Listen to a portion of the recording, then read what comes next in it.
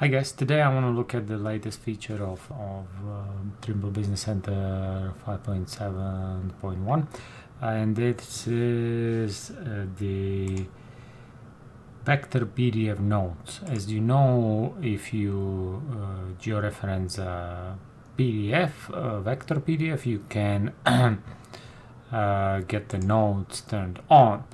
Now the problem with that was the nodes were always on, so you were snapping to a whole bunch of stuff. As you can see right now, I'm snapping to the lines and everything. So when you had some line work, and the way around it I used to do is I imported vector PDF, cleaned it up, and did not bother about nodes.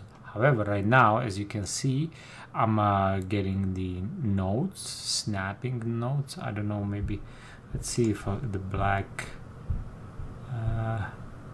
yeah, as you can see there, it's snapping to pretty much everything and anything.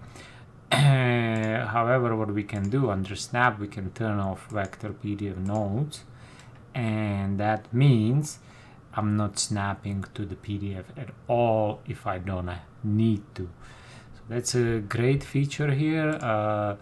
If you guys don't know the difference between vector PDF and raster PDF, I have a video for that, so please check that out, and we'll see you next one.